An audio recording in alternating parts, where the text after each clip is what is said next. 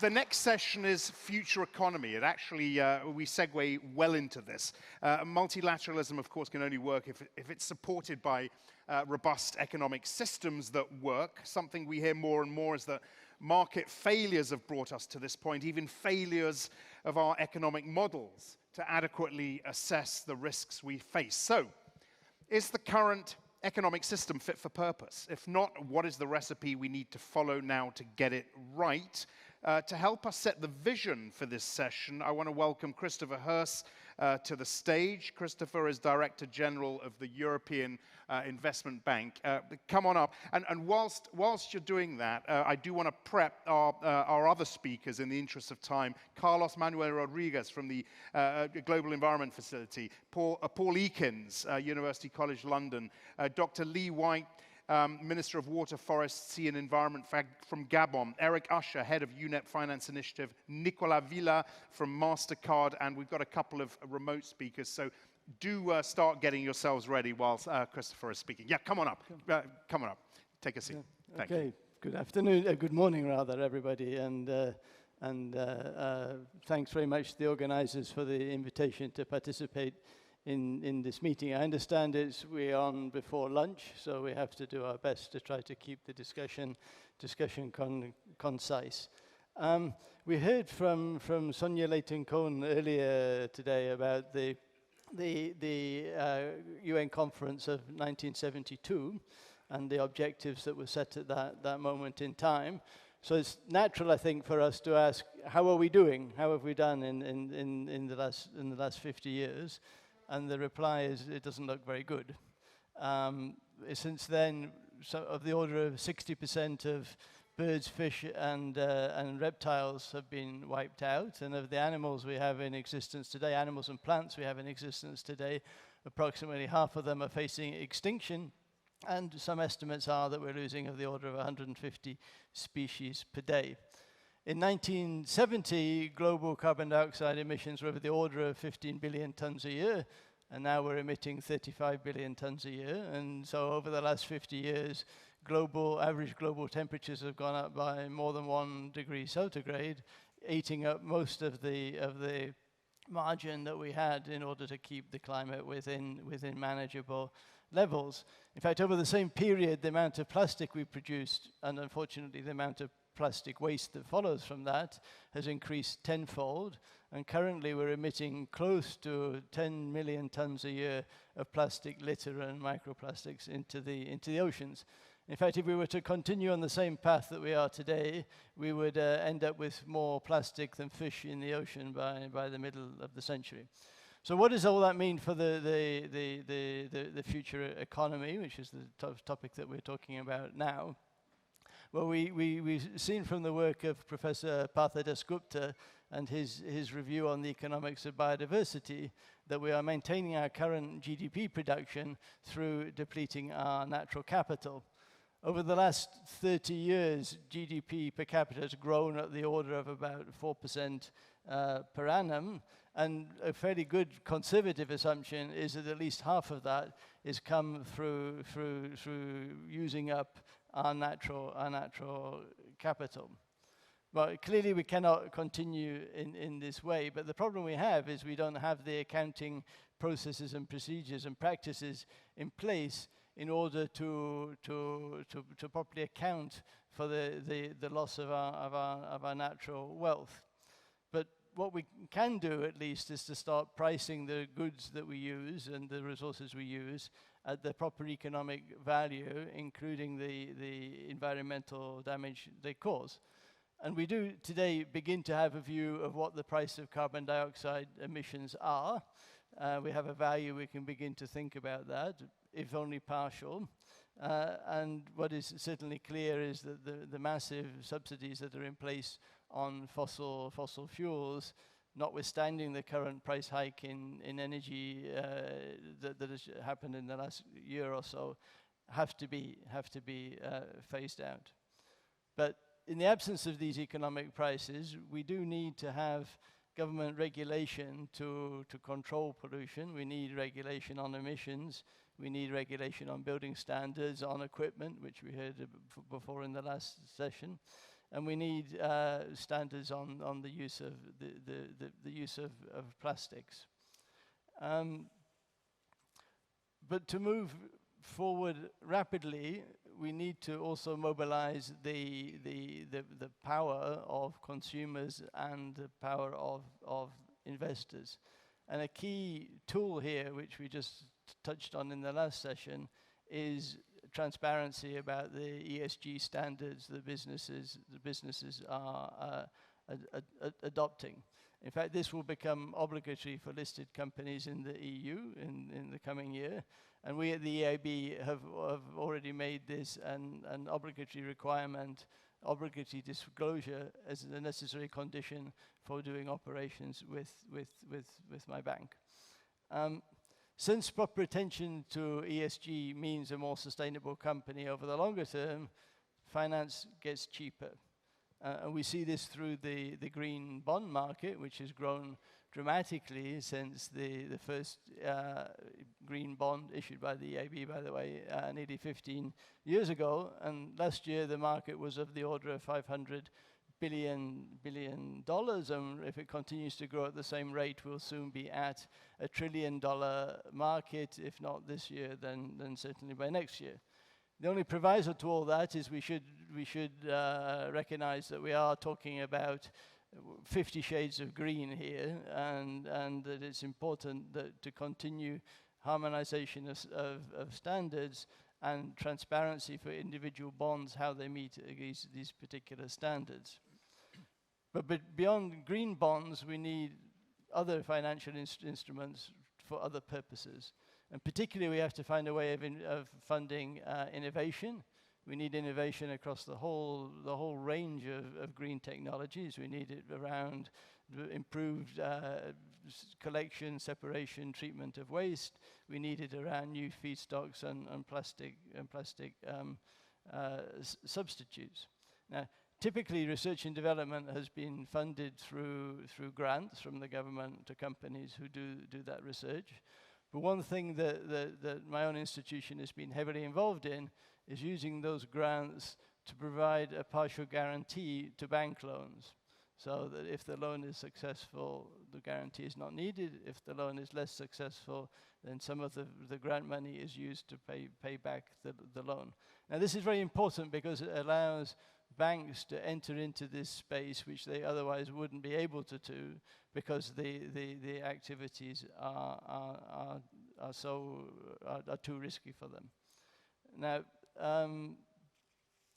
Now, this kind of solution is important because bank finance is key for us to fund the investment that we need to make. And in fact, here too, it's also in the bank's self-interest to do this, since they don't want to be left with stranded assets on their balance sheet. And as a result of that, many banks, many banking associations, and many regulators are setting up metrics that allow the climate risk on bank balance sheets to be assessed.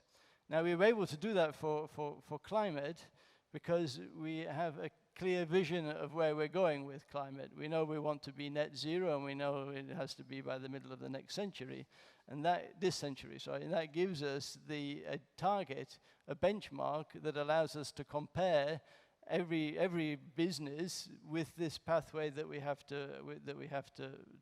follow. And it's my own view we have to start thinking in the same way around other pollutants. We have to use the climate model as an example that we can use. To do that, we need targets that are easy to communicate, that are quantifiable and measurable.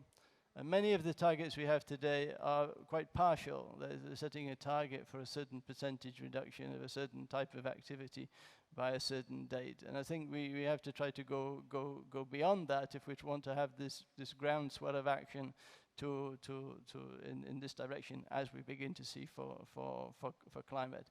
And the sort of thing I think is we should think about would be the sort of commitment that the American plastic makers have made, which is that by 2040, all plastic packaging in the US should be either reused, recycled, or recovered. So that gives a very clear, simple message which allows every business to be checked against that, just as now we have a whole set of a whole industry that checks businesses that are in line with the Paris objectives. So once we have that goal of where we want to go, finance will follow. Finance is simply a tool to allow you to achieve things. And to have green finance, you need to have green investments. To have green investments, you need to have companies that want to make green investments. Of course, government can support that, but also companies have to want to do that too. So we have a groundswell of concern about the environment, which I think is simply because we can all see it, and everybody on their television sees the environmental catastrophe that is taking place. And so now I think is the time that we have to think about trying to set a groundswell of action. And to do that, we really need these messages to communicate simply where we're going and how we're going to get there. So perhaps I stop there to allow time for discussion, and thank you for listening to me. Thank you very much indeed. Yeah, do take a seat, Chris. Quickly, a question on the back of it, and with COP in mind. At COP we talked a lot about the private sector, and there was a finance day, and GFANS and the money there, and the Larry Fink spoke, and Bill Winters spoke from Standard Chartered. There was a lot of criticism, though, of the MDBs, the multilateral development banks. Was that justified, do you think, that criticism? Well, I can't maybe speak for all multilateral development banks. I can speak for my own. And we have gone through a transition in the last couple of years to become what we call the climate bank. And so we have redirected all of our activity towards climate and environment, I should say.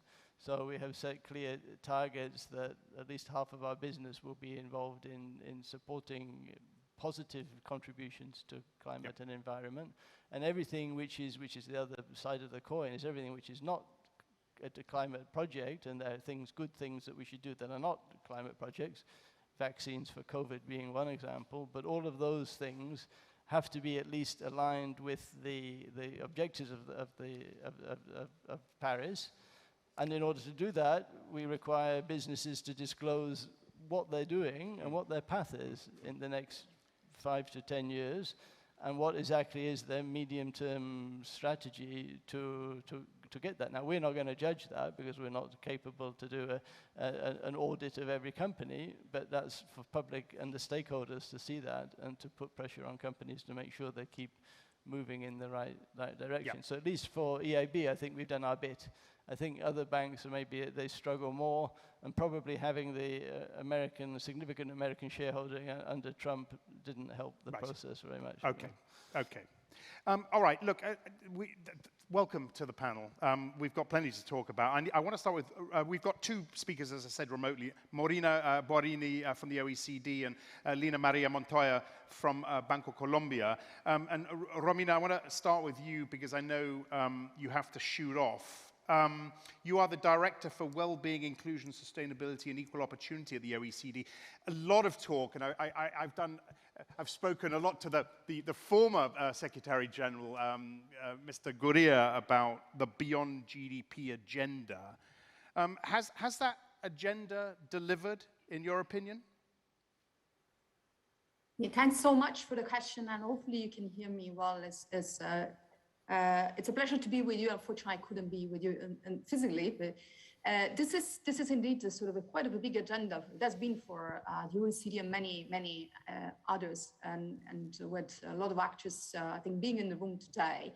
I prepared a few slides, if it's possible to. Yes, thank you. So if you can actually move on to the next and first slide. I wanted to show visually the way in which this agenda delivered. This is something that was launched internationally more than 10 years ago, and 10 years later, we got in fact, more than half of the OECD members having in place very strong beyond GDP monitoring frameworks. So either at the level of the national statistical offices, central governments, or local governments, there is a lot that has been done in terms of developing and putting to use well-being metrics, as we call them.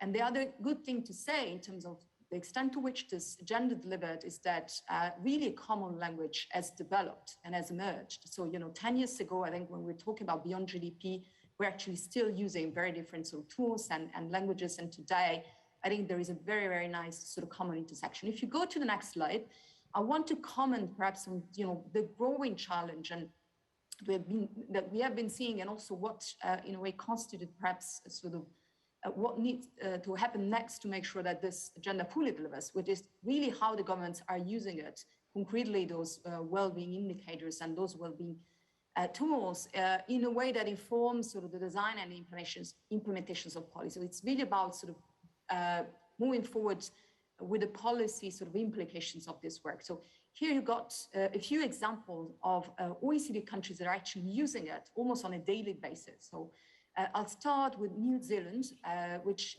introduced a well-being framework in the Treasury, so really at the heart of the most important sort of decisions that any government can ever take.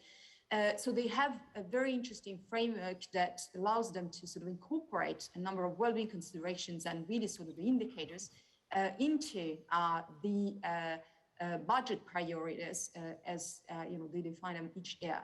They're not alone in the OECD. There are many other countries that are trying to do the same sort of type of things. And you got Canada, for instance, that launched an interesting quality of life framework, now reflect in terms of how they can bring in this framework again into the shaping of the budget.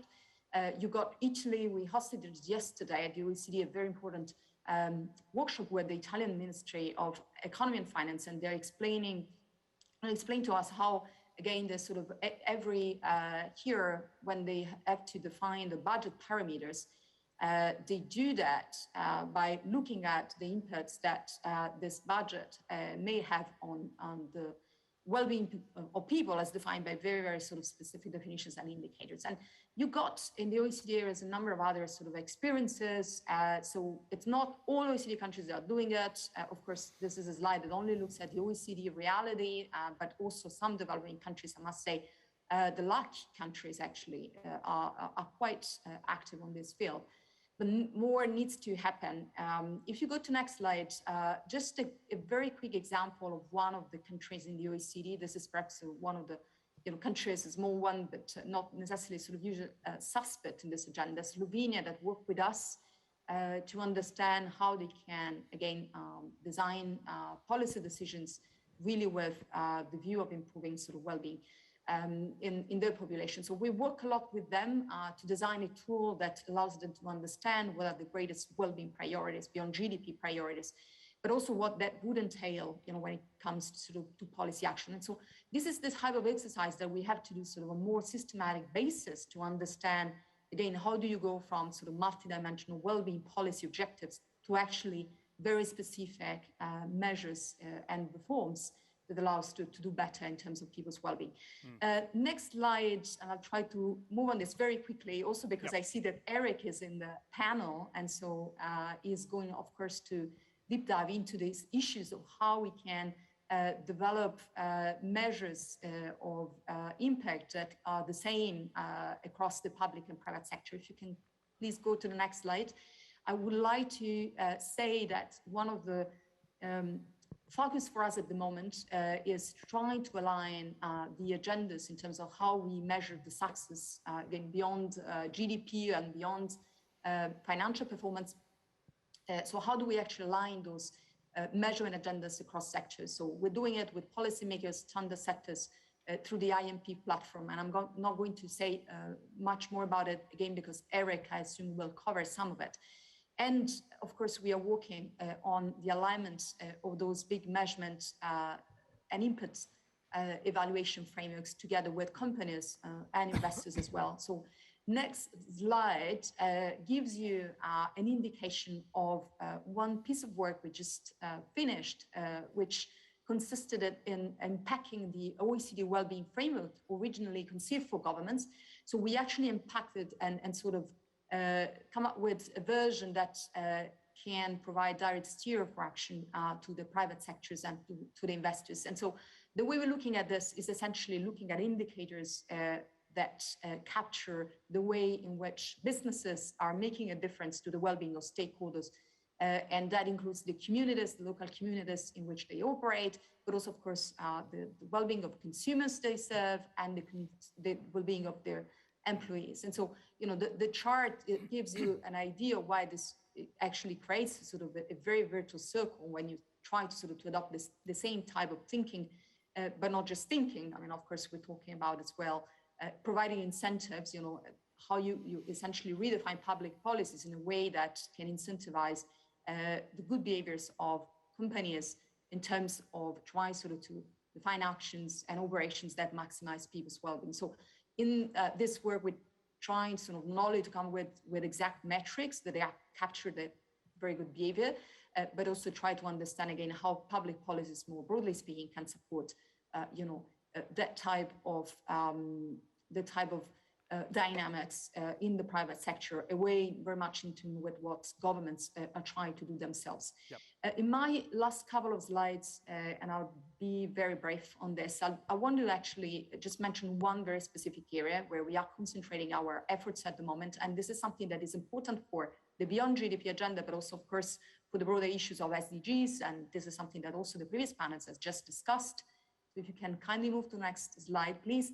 I want to talk about a report we recently published, and this is about the SDGs assessments we made of our OECD economies. Next slide, please. So in this report we publish every 2 years, we gather a lot of data points looking at how countries in the OECD have been progressing towards the SDGs targets. And the main finding from this report is that actually there are still a number of areas where much more needs to happen to really deliver entirely on the SDGs. And of course, in a way, the picture is not so positive, I would say, because we're looking at, in a way, the most developed countries of the world. So those, I would say, whom we have, of course, high expectations on getting there by 2030. And the reality is that, again, really, if we just go with sort of the policies as they exist today, there will still be quite a lot of targets that won't be reached by 2030. The next slide, and this is my final one, gives you essentially highlights in terms of what are the key priorities, what they should be, what the key priorities should be for OECD countries right now. And this really relates to the just transition discussion. So we, and this started, identified that the areas where OECD countries are really not performing very greatly are actually the areas that relate to eradication of poverty and inequalities, and also all the goals that relate to planet, and of course that needs to be read sort of in connection and in the light of the rising environmental pressures. There's also the issues of low trust for democracies. This is also one of the outstanding greatest challenge for OECD countries. And of course, this is also important because if you don't have trust and confidence in the institutions, there is not very much you can do when you're a government. There is very little chances that any type of policies you're going to put forward are going to be sort of accepted by the population. So these are really sort of the big messages coming out from this report. And so for us to conclude, really when we're talking about beyond GDP right now in the current context and current challenges that many OECD countries are facing, really we're saying, please concentrate on making sure that your beyond GDP agenda materializes through very concrete actions in terms of the just transition. And this is, of course, not just for governments, companies and investors are also looking at this. And I think this is all encouraging and promising. I'll leave it here. Thank you. Good. Thank you very much indeed, Romina, for that very comprehensive look at that. And Eric, I think you've been teed up pretty well by Romina. So let me hand it over to you, and with a broad question, whether you feel the financial system is fit for purpose to achieve the SDG ambitions and indeed to meet our environmental targets. Go ahead. Hello? Yep. Okay, great. Romina has set some of this up, and let me come from the perspective of the financial sector. When the financial sector in its modern form was established back in 16th century Italy, it was the Catholic Church who played an important role in establishing guidelines for ethical lending. And essentially the purpose of the financial sector was to prevent usury. So essentially very high interest rates, and essentially the financial sector had a purpose. Step forward to 2008, and I think most would say it seemed to have lost sight of its purpose. We had a global financial crisis created largely because of a financial system which was uniquely returns focused and really losing track of actually where the risks were and what they were financing and lending for. Since then, we've sort of seen a tug of war back and forth, and I think some notions, obviously there's a need to regain purpose, and leaders in the financial community have realized the need for that for various reasons, just in terms of hiring employees, particularly the millennials. They want to work with organizations with a purpose. And I think we've seen some progress, and I would map that largely to 2019, where for the first time, first of all, we had the UN Principles of Responsible Banking were launched, and the main reason, today we have nearly 50% of the global financial banking sector who are signed up. The main reasons their CEOs have signed is they've realized that it's about redefining the purpose of what is a responsible bank. And coming to Romina's, what she had spoken about, if you want to know about purpose, you have to go beyond understanding risk and return from the financing you provide to also understand the impact of what are you financing. What are the positive impacts you're financing? Job creation, climate mitigation, adaptation, or nature preservation, etc. Also, what are the negative impacts of what you're financing today, and what do you plan to do about that over time?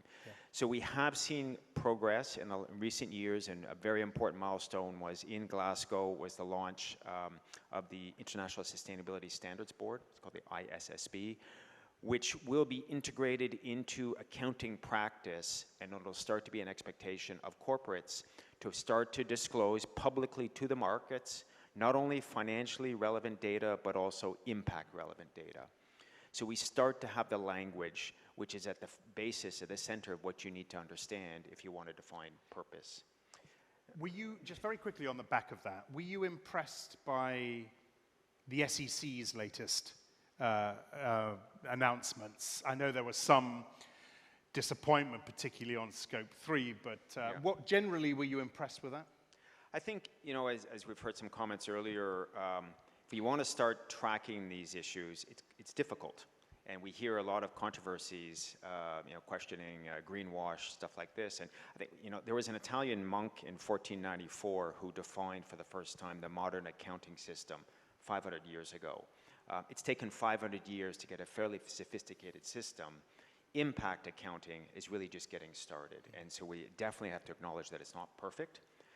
However, the fact that SEC or BaFin in Germany, first of all, are putting out more guidance, but also are initiating investigations into potential greenwashing around ESG. We have the UK regulator, advertising regulator, also looking at greenwashing around net zero targets.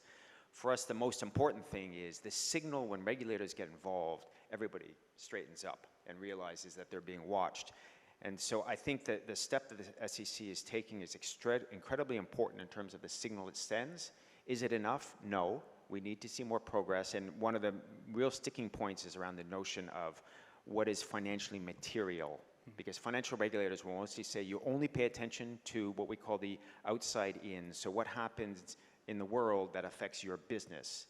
If that is something that's material, you need to disclose and report on it. Now, of course, what you do inside out, so if you belch out carbon emissions and that carbon is not taxed today, do you have to pay attention to it? Of course we need a system that starts to factor in that you need to pay attention. So, and I would say the SEC guidance and others like it are not far enough along to actually say, absolutely that's material. You need to start disclosing on it. And so we need progress there, but it's a good starting point. Very, very, very quickly, Eric, and then I'll move on, but how much of an out is the crisis, the energy crisis that we're going through now? How much of an out was the pandemic? How much of an out is this giving some companies in the big scheme of things when it comes to their ambitions and when it comes to their disclosures? I don't think it's much of an out. The reality is nobody wants to invest in high carbon today. It's too risky. And although they might appreciate that in the near term, some would say we need transition fuels. If that need is for the next 5 years, you won't get an investor to come in. So it really comes back to governments to say how much do the governments, what role will they play? If they're going to put guarantees in place to allow someone to invest in high carbon, then it might happen. But the free markets aren't interested. Renewables, you know, long term, they provide value.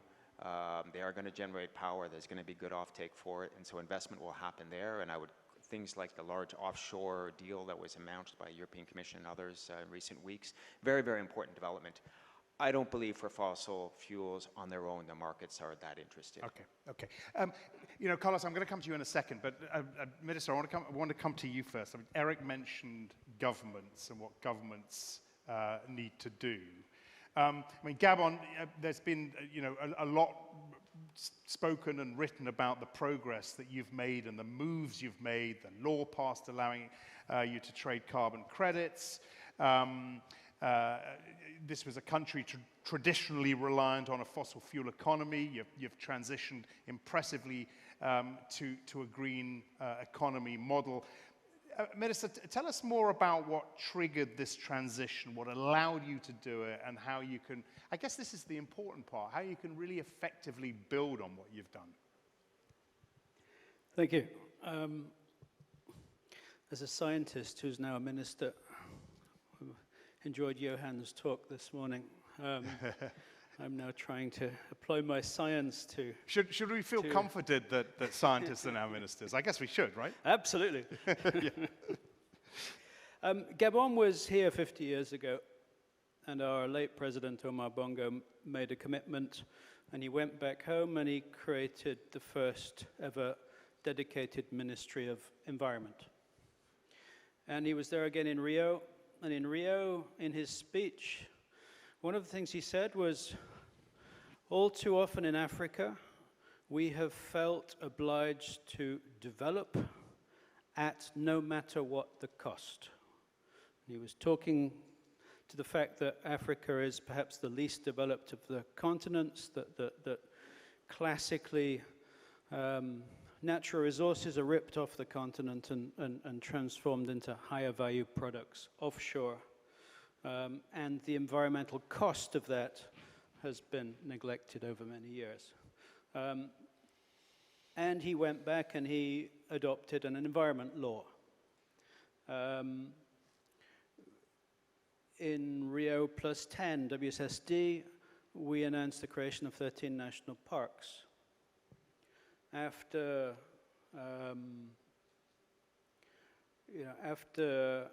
Rio Plus 20, we adopted a sustainable development law. And so we've had 5 decades now of political leadership where, despite being a hydrocarbon economy, as you say, 60% of our economy is still hydrocarbons. And so when we think about adaptation to climate change, economic adaptation is going to be the first thing, because the 60% of our economy which is oil-based is going to disappear over the next 10, 20, 30 years. How do we replace the hydrocarbons in our economy? But that sustained political leadership over five decades results in Gabon being today, we think, the most carbon positive country on the planet. Extremely high forest, low deforestation. We're absorbing I think it's about twice of Sweden's annual carbon emissions every year, and locking those carbon emissions up in our rainforests. About 100 million, just over 100 million tons of carbon dioxide every year. So since Copenhagen, we've absorbed 1 billion tons of carbon dioxide net. We're about to create about 100 million tons of REDD+ credits. And so you can see that REDD+ wasn't a mechanism that was designed for countries like Gabon. It was designed for countries with high deforestation. So it works somewhat, but we're creating 100 million tons of credits for 1 billion tons of removals. Now that might make our carbon credits more valuable, perhaps, because if you buy a carbon credit ton from Gabon, you actually get 10 for the price of 1. and its actual net absorption of CO2 out of the atmosphere. And so when we sell a RED plus carbon credit, we're selling increased net sequestration. You can't get more positive than that. But, and here's the but, there's no guarantee that we'll be able to sell those 10 for the price of 1 carbon credits. Carbon credits which are actually really highly biodiversity positive as well, whilst we've lost 75% of the forest elephants of Central Africa because of the price of their ivory, Gabon has increased its forest elephant population by 50%. So we've created parks and so on. So we have these absolutely sort of additional credits absorbing CO2 out of the atmosphere, which are biodiversity plus, plus, plus. But when we issued a Eurobond last year, we actually got a worse interest rate than many other African countries. And so how do we transform that sustained commitment to biodiversity, that carbon positive, biodiversity positive country, how do we put those assets onto a balance sheet? And we will talk about putting natural capital onto the balance sheet of countries, but we have no idea how to do it because we don't know how to value biodiversity, and we don't know how to, what's a gorilla worth compared to a moose? Yeah. So where do you go then? What, how do you solve this puzzle? Where we're heading is, we took a step back about 10 years ago. When President Ali Bongo was elected, one of the first things he did was to ban the export of logs. As a forest country, we do forestry. And for over a century, we cut trees down, and we sent the logs to the port, and we put them on ships, and we sent them. The very first one was sent to Hamburg in 1889. And when you send a log to Hamburg, if you look at the economics, you're capturing 8% of the value of that log in that sort of mostly logistical industry. And 92% of the value and the jobs are created in Hamburg. So if you can switch, if you can start creating much more of the value in Africa, you can give value to the forest, in our case. We can create jobs based on sustainable management of the forest. And then we have a constituency of Gabonese people who realize that if we abuse the forest, they lose their jobs. And you start to develop a greener, more sustainable economy. And we do believe that if we supplement our natural timber with some plantation timber, we can actually multiply the forest economy from an economy of about $1 billion US to an economy of about 20 billion. And we can create 500,000 jobs. And those jobs, if we can tie them through education to sustainable forestry, we can actually have an economy that is based on preserving the rainforests and as much of the ecosystem services that those rainforests provide. I mean, very quickly, I mean, it's clearly a success story, and without wanting to, wanting to oversimplify it, when we go back to the beginning, you put this down to the right political leadership and politicians listening to scientists and scientists becoming politicians, right? Leadership, political leadership. Right, absolutely. Okay. Carlos, I want to thank you very much indeed, Minister. I want to come on to you and talk to you about the money, raising the sorts of funding, getting that funding to the right places, making sure that funding does what it's supposed to do. I mean, you and I have talked about this before. Does the model in place right now really work effectively? Thank you, Axel. And let me try first try to complement what Johan and Maria said this morning with regards to 72 and 2022 and where we are. Humans in 1972 were like a young kid, very healthy, but with a very heavy drinking problem. By 1972, humans were probably drinking a bottle of whiskey every day. We got around, and we recognized that we had a heavy drinking problem, and we need to fix it. The problem is that we went from drinking whiskey into drinking beer. Today, humans, that young kid, now is probably middle-aged, is drinking 25 beers a day. And he's thinking, well, you know, I can handle this. Most probably by 2049, I will take the decision to quit drinking. So in 2050, I will be healthy. Well, this is where we are, Axel, definitely. Yeah. This is where we are, and this is how I see things. And then also, here, I think there's a myth within scientists and politicians. I got a very strong background in politics. I've been 3 times a minister in Costa Rica. That's right. And there is no difference. A politician is a scientist as well.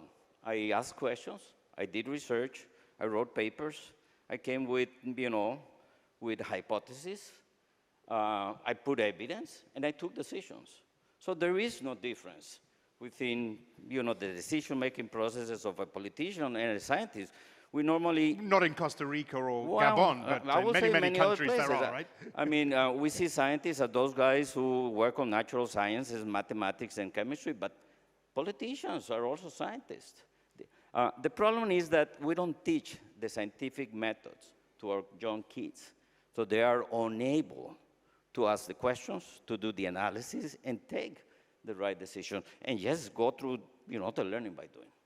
So these are my kind of introductory remarks. But I do, Carlos, want to get on to the money and making sure that goes, well, it's raised in the right way in the first place and then goes to the right projects. Yes.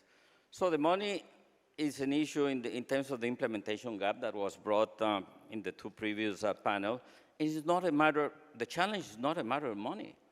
We got enough money to do the system change. If we put 1% of global GDP, we will do very well in terms of becoming nature positive, being on track with the 1.5, et cetera, et cetera. So the money is not the problem. The problem is to really understand what are the 2 main challenges in terms of the implementation gap. On one side, everybody recognizes the market failure. You know, Lee is doing a great job in keeping those carbon banks in the Air Force, and nobody's paying for that service. The most that they're paying to Gabon is $10 a ton of carbon. They should be paying at least the cost of opportunity of doing the wrong things in the landscape. So it's a huge market failure, and I can go for hours talking about the market failure. That's one element. The other very unknown failure, and this is something that we need to talk and work, is the institutional failure. We tend to believe that we will do the leap forward in terms of our aspiration of sustainability with the same institutional framework that in first place create the problem that we want to solve. I used to be the Minister of Environment, Energy, Mines, and Water of Costa Rica, and I remember in 2020 as Minister of Costa Rica, I went to a meeting of Ministers of Energy of Latin America, 2020, meeting of Ministers of Energy, Latin America, and the Caribbean. And none of those ministers knew well the Paris Agreement. None of them were happy with the decarbonization, the NDCs, and they were trained in just one thing, which is oil and gas. They saw me as the Minister of Environment, yes, also Energy from Costa Rica, saw me as the Minister of Environment in their meeting. They felt threatened. They felt bad. They treat me very bad. Those are the institutional conditions that we have to do the leap forward. We will never achieve progress if we believe that we will achieve things by strengthening our institutions. We need to do a major transformation in the institutional framework. We need to go from agencies that manage one natural resource, ocean, oil, mineral, forest, biodiversity, into agencies that looks and works at the landscape and seascape level. That's one element. The second element, We say that we work with governments, and we at the GEF, we say we work with governments, but that is not true. We work with the executive branch in a government, and all transitions and all major transformation needs to go through Congresses and parliaments, and we don't work there. We don't engage with them, we don't finance them, we don't put the evidence.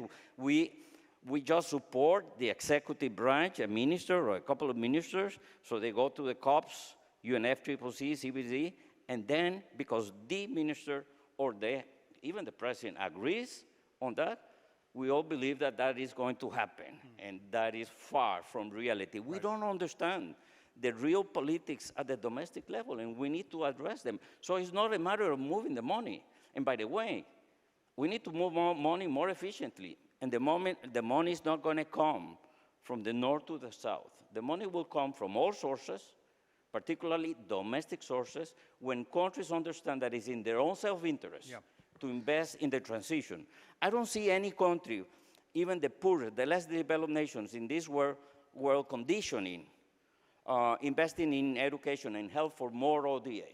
But I see a lot of countries conditioning nature conservation or climate action because of lack of enough ODA. So we need to be able to understand all of these elements to address the implementation gap. But it is, Carlos, though, about moving the money to the right places and then making sure that money works, right? That it's put to work and that something happens with it. Well, yes. A good example is the GEF. We just went to our 8th replenishment, and we went to I would say, record-setting replenishment of $5.3 billion. But if you compare the GEF replenishment with what every single country, developed and developing country, is investing in activities that destroy nature and contribute to climate change, it's just a small drop in the water. But the thing is that small drop in the water can be extremely powerful, and this is the case of the GEF, when we know where we're heading. And the most important element is working in policy coherence. Policy coherence is this systemic promotion of reinforcing political action across all government agencies, creating synergies towards positive agreed social and political objectives. And this is the main challenge. So yes, we can mobilize resources, we can create the innovative and the piloting, but at the end of the day, we need to understand that the resources that we are investing in can really help us in generate more coherence in the policy-making processes and also the sustainability of those policies at the long term, because this is an element that we don't put into the mix as well.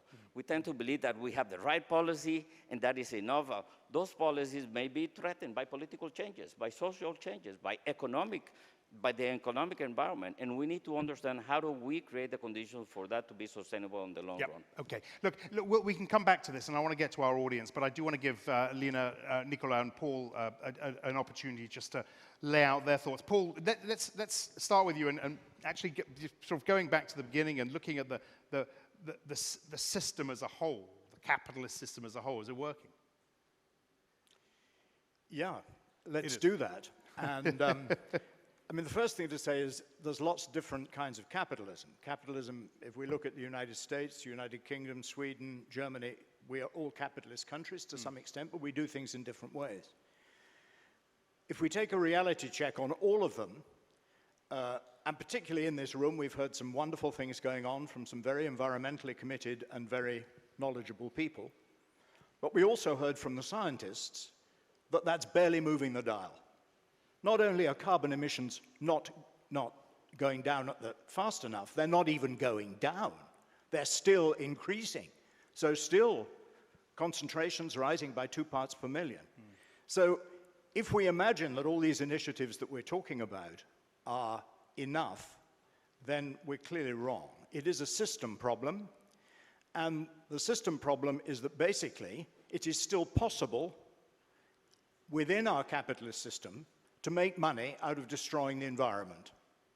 And for as long as businesses who don't care about the environment, and there are lots of them out there, out of this little bubble, there are lots of businesses who don't give tuppence about the environment. If they can make money from destroying it, that is what they will do.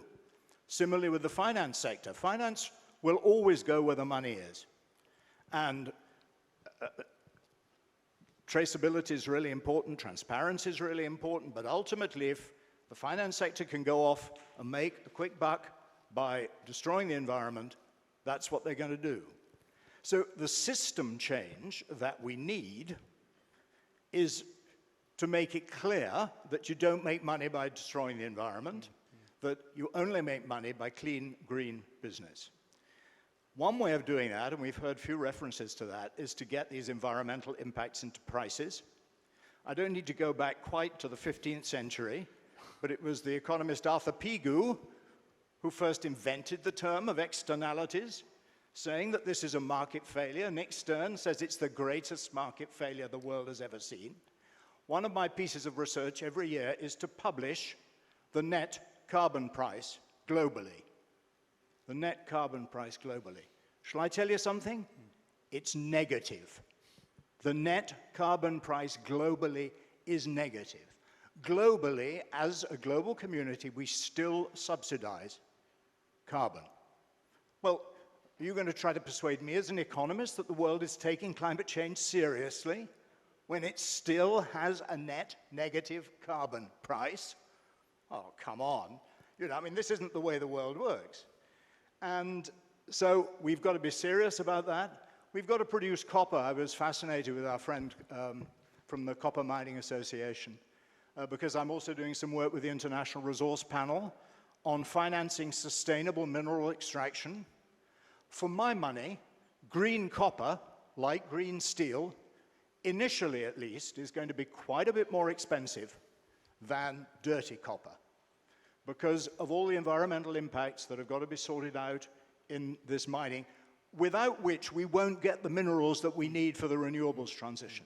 Because these countries don't want mines that are going to screw up their communities and are going to screw up their environment. Which governments, I mean, we talk about a net negative carbon price, and that's a, you know, it's a pretty scary fact, that.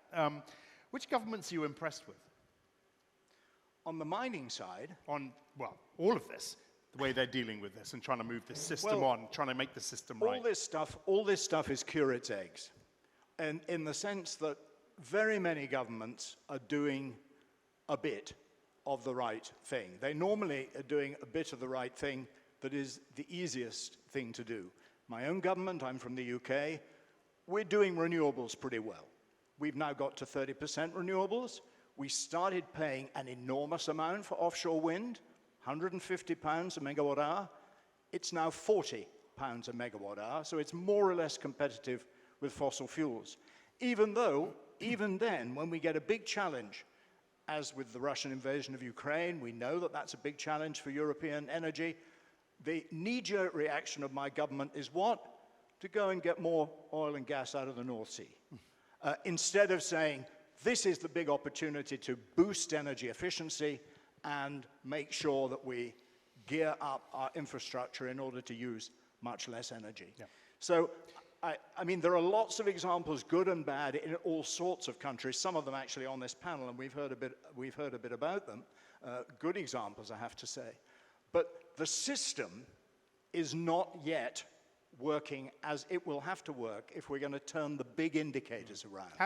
You know, give us another scary statistic. As an economist, how long does it usually take to get from where we are now to where we need to be in terms of changing that system, that economic system? Well, some changes take longer than others. I mean, the changes that require a lot of investment, as we heard from our friend from Gabon, I mean, he's been doing it for 50 years. Yeah.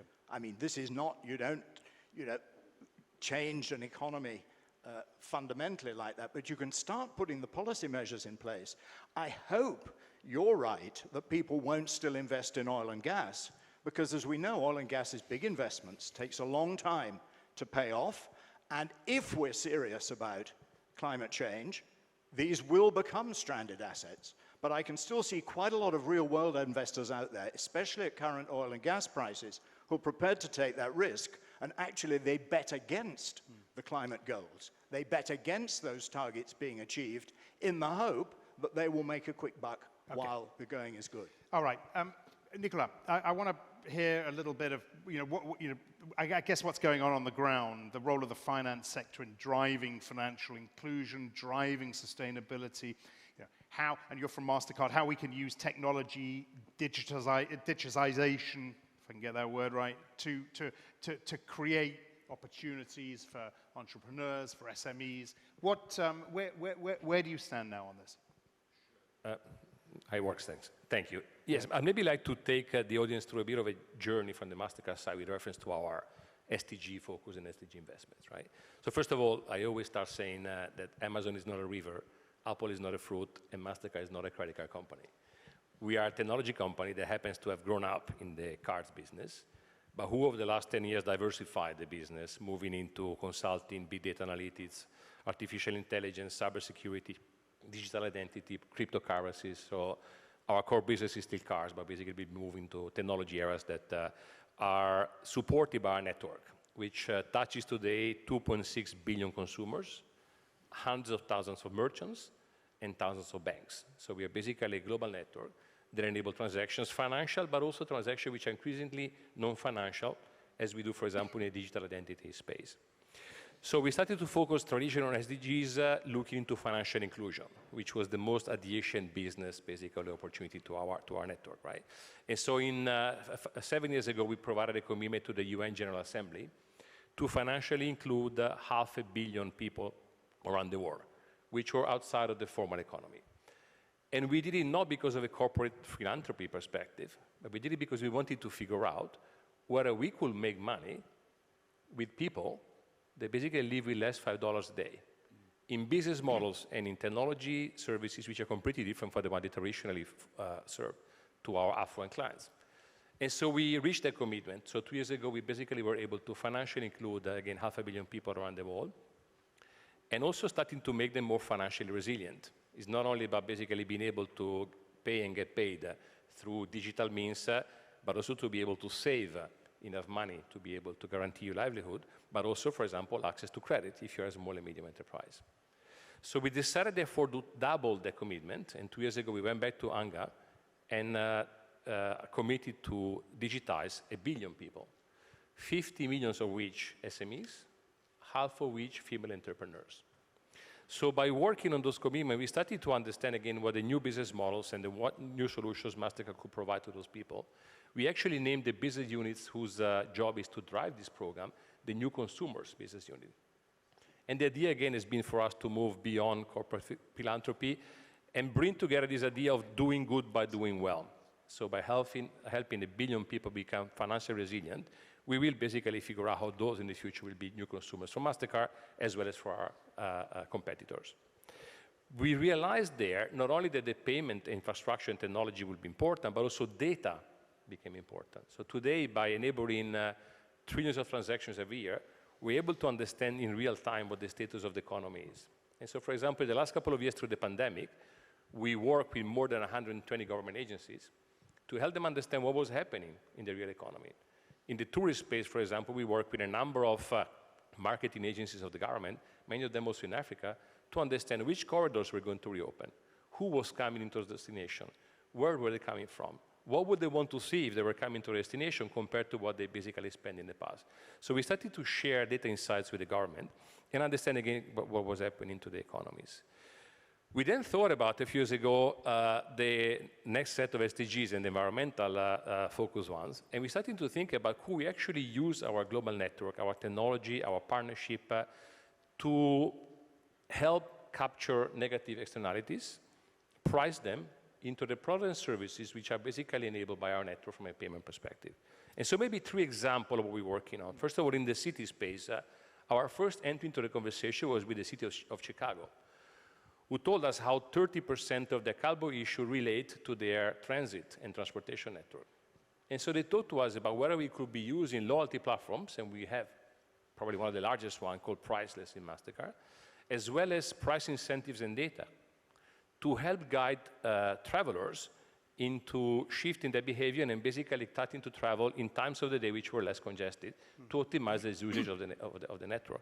So we started to test and learn with the technology that we have on dynamic pricing during the day for accessing the transit network. And we saw how dynamic prices could work in some cases and not into some other ones, right? So that's the first type of activity that we run.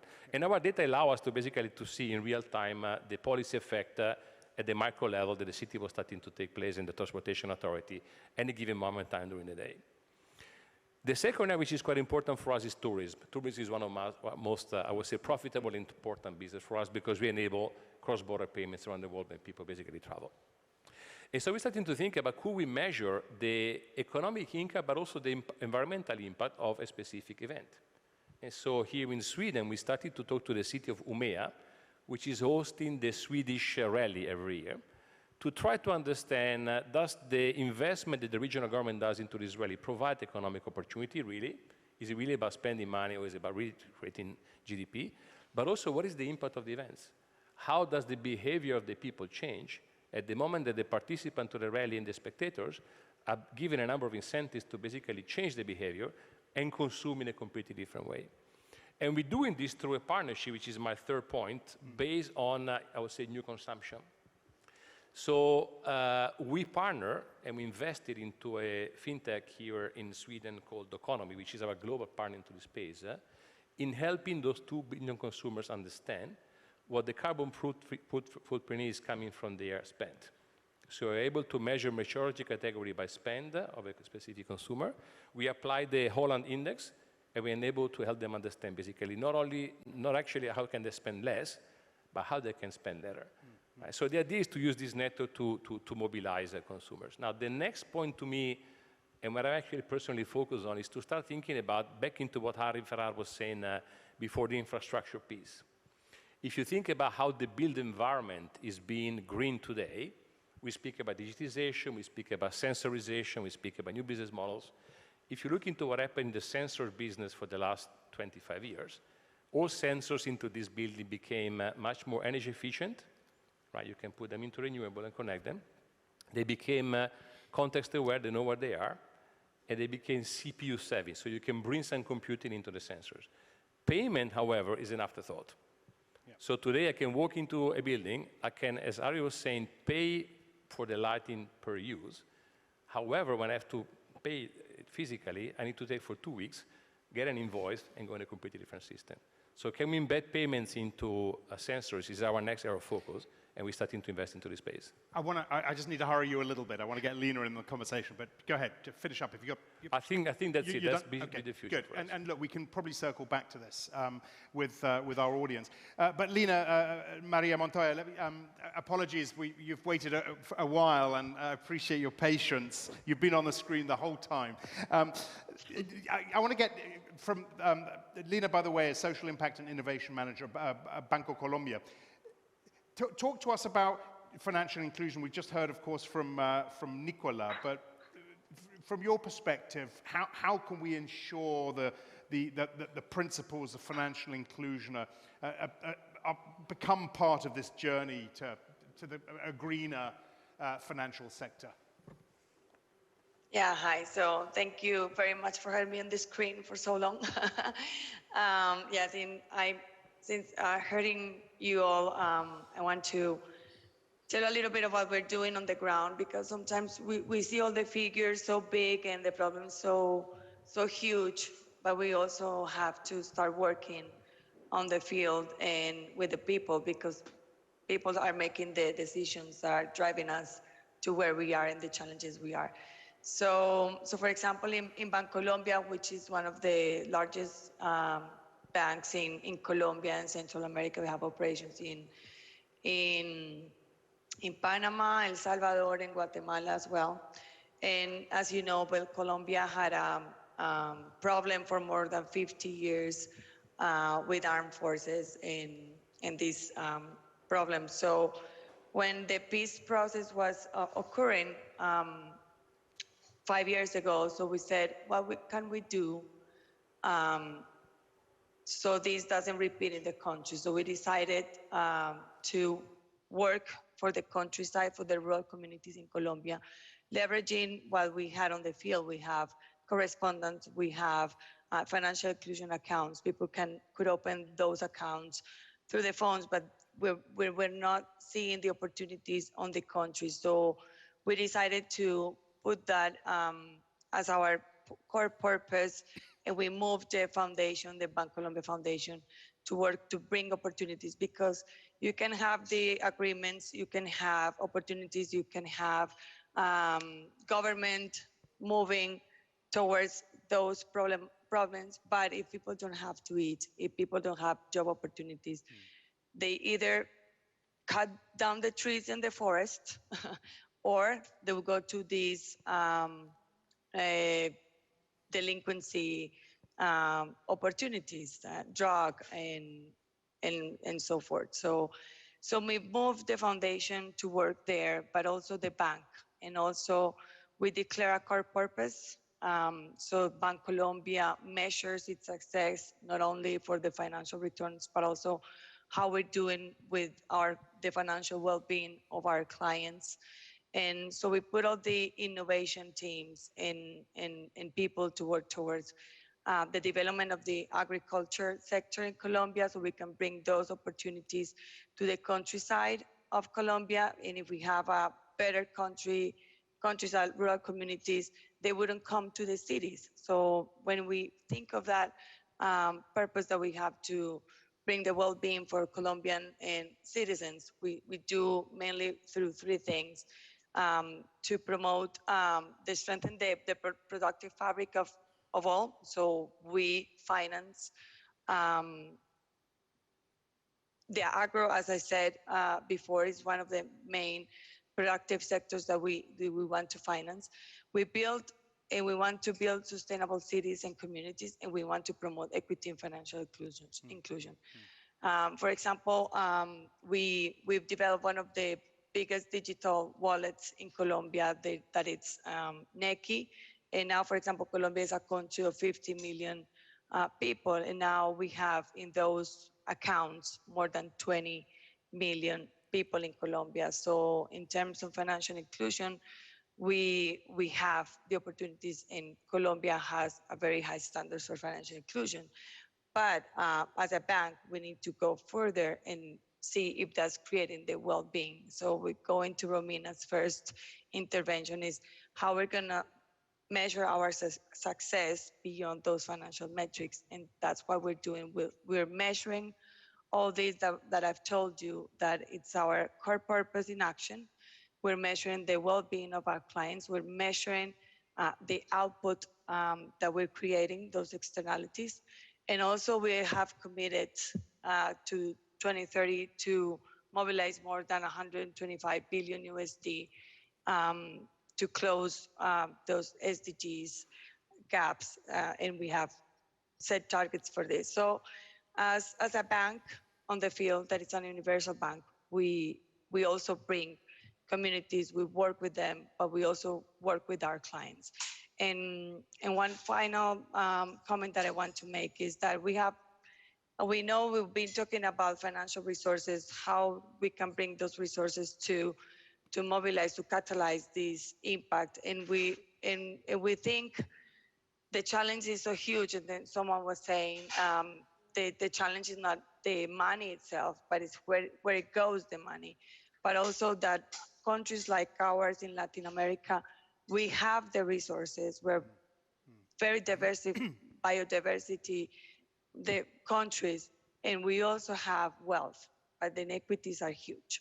So how do we bring those people and those investors that are within our countries to invest in these challenges? And so I think there's, for banks, for investment banks, and for this financial sector, how can we bring people to invest? How can we democratize impact investing as well as a vehicle to make this happen? Because money is flowing everywhere. So we need to make people also accountable where their money goes to, what they're going to finance. So that's something that we're working on too, how to democratize impact investing, to invest in those projects that we're creating and that tackle the problems that we have. Good, very good. Lina, thank you very much indeed for that. Look, we've covered a lot of ground. I want to very quickly, Eric, just on the back of that, I mean, you mentioned the financial sector. And we talked a lot about it in Glasgow and GFANS and all the banks, members of it.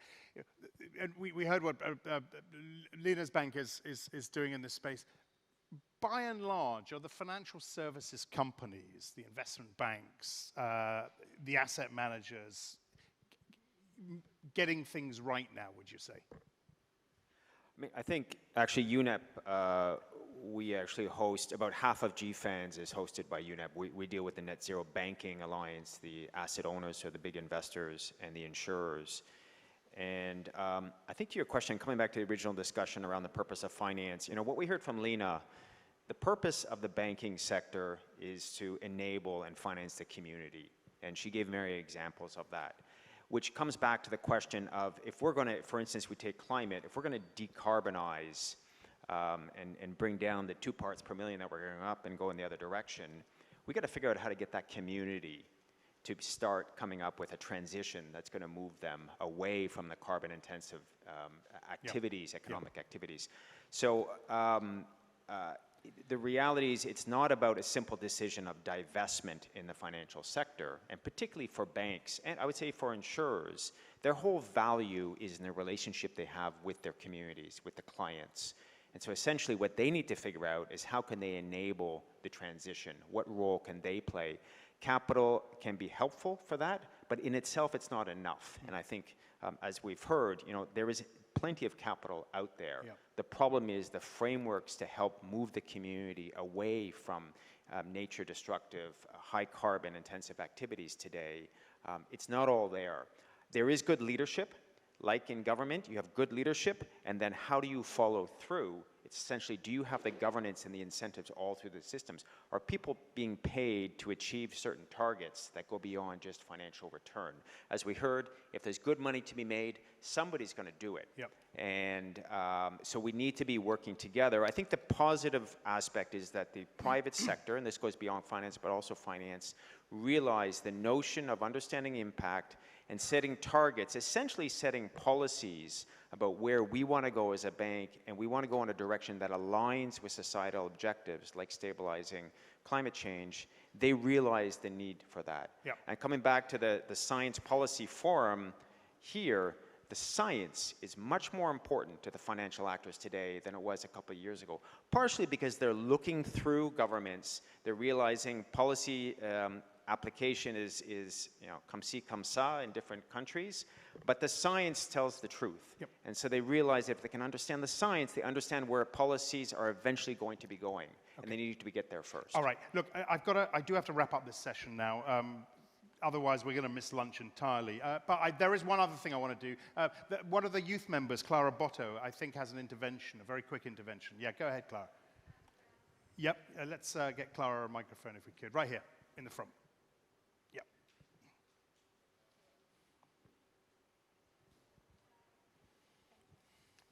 Hi there, can you hear me? Yes. So I'm Clara, I'm from Brazil, and I'm here with Youth and Environment Europe, and I now speak alongside my colleague Kate Yeo from Singapore. We're representatives of UNEP's major group on children and youth. First of all, to address the elephant in the room, we have to do better than having 7 men on stage in person, because the future economy is also about empowering women and youth and bringing in diverse and new perspectives. But our question is about the actionables. So we keep organizing conferences like this where people gather, we discuss solutions and talk about what we already know. That, for example, GDP is too inadequate to capture social and environmental externalities. We all know that in '72 here, the Stockholm Declaration recognized the need to restore ecosystem capacity. We know that in Rio '92, where I'm from, we called for the elimination of unsustainable production and consumption. But why is this talk entitled Future Economy when much of what we're discussing today was already set in the Vision 30, 50 years ago? Most of all, we need an economy that works in the present, because the one we have isn't working. You asked if capitalism is working. Well, it's not. It's not working for the living generations, let alone for the succeeding ones that are mentioned in the UN Charter. We need an economy of the present for the future. So how and when will the needed changes be actually implemented? And perhaps as a different topic, but as pressing as this question, is how can we discuss all of that, acknowledging that young professionals aren't being equipped by academia to work in the future economy, to be the generation of change that we as youth are so often described as. I wonder if it might be pointless for us to think that our talk here is restricted only to those that are interested, like us, in sustainability. And just like Professor Maria Ivanova mentioned earlier, we need to integrate environmental thinking into every level and every field of education. So here we might be talking more about economics, business, finance.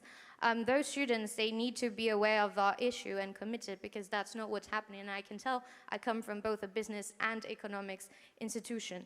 And as a final call to action, I would say that the institutions you represent also must take the lead in driving those changes that you have mentioned and you also believe, not only in the market, in the governments, but also inside the higher education institutions, because you are powerful, so you can also be there pushing those changes, because that's where the workers of the future are. So if we have time for questions, I would also ask how you see yourselves influencing not necessarily the institutional frameworks you're at, but also the higher education institutions. Okay, Thank Clara, you. all points very, very well made, so thank you very much indeed to Clara for that. Look, we haven't got time to address all of those, but maybe, Lee, I don't know, the final question on the education. Maybe you want to say something about that from your perspective, from your perch in Gabon. I think it's critical. I think you were very nice not to say, how many are we? 6 graying, balding men, old men. I feel like I've been. I like to think I would have said what you just said 30 years ago when I was a younger person attending these meetings. I think it's critical that we educate. We have to, young people are more and more influential in this world, and the more they understand where we're going wrong, the more they can put pressure to correct things. And certainly in Africa, Gabon, half of our population is under 20. That's a time bomb in the sense that we actually have to double the number of jobs in our country in the next 10, 15 years if we're going to maintain stability. So when I look at the sort of the economics of which industries might help Gabon move forwards, a green mining industry is great, but a million tons of manganese creates 450 jobs. With 1 million tons of sustainably logged timber being converted into furniture in Gabon, I can create 50 to 60,000 jobs. Carbon markets will never create jobs. Sustainable forestry does. And so, I'm certainly looking, and the government is certainly looking, to how we create livelihoods for the young people of Gabon tomorrow. And if we do not give them the tools to understand that and to embrace that, then we're heading for a serious problem. Okay, good. Thank you very much indeed for those final thoughts. And look, thank you very much to our whole panel, and Lena, you as well, remotely, for your thoughts on this piece, and to Clara again. Look, we've got 2 quick interventions before we break for lunch. We've had an extremely productive and extremely busy morning, heard a lot of views. We've got a special message, or two special messages for you from our hosts in the city of Stockholm. First, it's my pleasure to invite Staffan Ingvarsson, the CEO of the Stockholm Business Region, to tell you a little bit more about sustainable business opportunities in the city of Stockholm. So, yeah, come on up. Thank you. Welcome. Thank you. Thanks very much. Thank you very much, Excellencies, distinguished guests, ladies and gentlemen, a warm welcome to Stockholm. 50 years ago, the inaugural United Nations Climate Conference was proudly hosted by Sweden and the city of Stockholm. Today, the nations of the world are once again gathered here in Stockholm. And progress has been made. Data has led to scientific understanding. Scientific understanding has in turn led to global awareness. As a result, action is being taken on governmental level, on corporate level, and indeed on city level. And action, I do believe, also inspire actions. We now have tangible measurements and goals to help create a sustainable world to benefit everyone. The city of Stockholm has a clear vision of becoming a fossil-free and a climate-positive city by 2040, and are committed to work together with 100 European cities to become climate neutral by 2030 as a part of the EU's Net Zero Cities program. To make this happen, we must build partnerships across all levels of government and all sectors. The city of Stockholm has a long-standing experience of cooperation and co-creation to find integral solutions between academia and industry, between the public sector and industry, and of course between academia and the public sector. One of the results of this co-creation and cooperation here in Stockholm has for a long time been at the forefront of digitalization. And that has helped us push the boundaries for what is possible. The early internet adoption was without doubt instrumental in building Stockholm's prosperous tech scene. Early tech startups success like Skype, Spotify, Mojang, and later Klarna helped establish the city's tech scene internationally. And in 2022, the kids that were raised with computers back in the 90s have picked up the flag, and they are running away with it. FinTech, MedTech, Food Tech, Green Tech, you name it. Stockholm-based startups are leading the way. And that also brings a lot of hope, because the younger generation is truly leading the way also when it comes to the innovations. Young Stockholm-based entrepreneurs and investors are now looking to put their money and their innovations to an even better use. As of April this year, there are over 240 impact startups here in Stockholm, with their focuses spanning from solar cells to AI-driven education. And the investment figure speaks for themselves. Stockholm-based impact startups raised almost 1 billion euros in 2020, representing 18% of all the capital raised by purpose-driven enterprises in Europe. So I think that the city's startup scene exemplifies the Stockholmers' ongoing commitment to solving key sustainability challenges worldwide. And it's my firm belief that clear goals and partnerships are the way ahead. When we have a clear and common goal, a good understanding of our different strengths, and then are able to release the power of the younger generation, the power of innovation, we will also be able to solve the difficulties ahead and come out even stronger and better.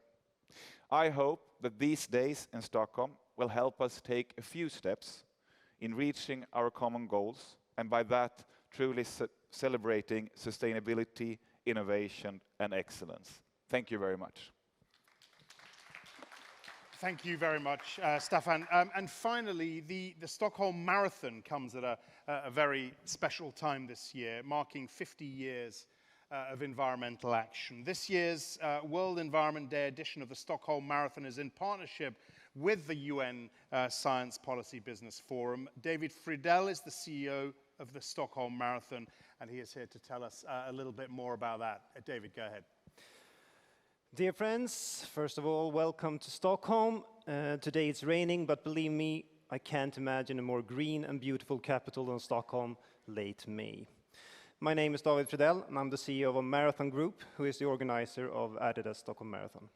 This Saturday, the 33rd Adidas Stockholm Marathon will be held. It started as the first European city center marathon back in 1979 and has since then been one of Sweden's biggest and most important yearly events.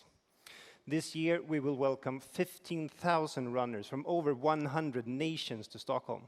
Runners who are proud, nervous, eager and motivated, just like me today. Runners who will go back to their homes with inspiration and marvelous memories from Stockholm. Runners who will tell their friends and relatives what they experienced, what they saw, heard, and learned.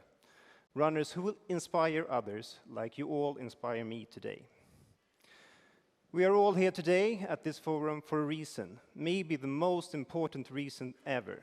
Each day we have to discuss this matter, inspire people, businesses, and governments to act and take better care of our planet, and in the end, of ourselves.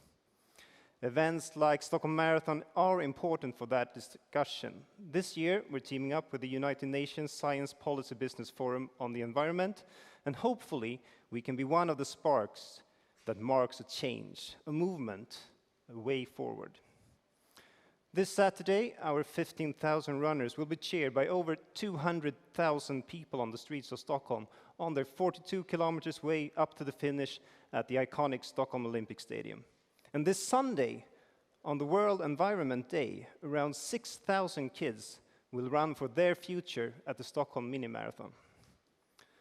An event like ours, of course, has an impact on the environment. We know that, and it's not even best in class yet. But each year we are taking important steps towards a climate-neutral event. But we know that we have the ability to inspire, and we will use this weekend and our event as the powerful platform it can be, and this year must be. Together, we will win the race against the nature crisis. You're all welcome to join us this weekend. And now I think it's time for lunch. Thank you very much. Thank you very much, David. You're all welcome to run.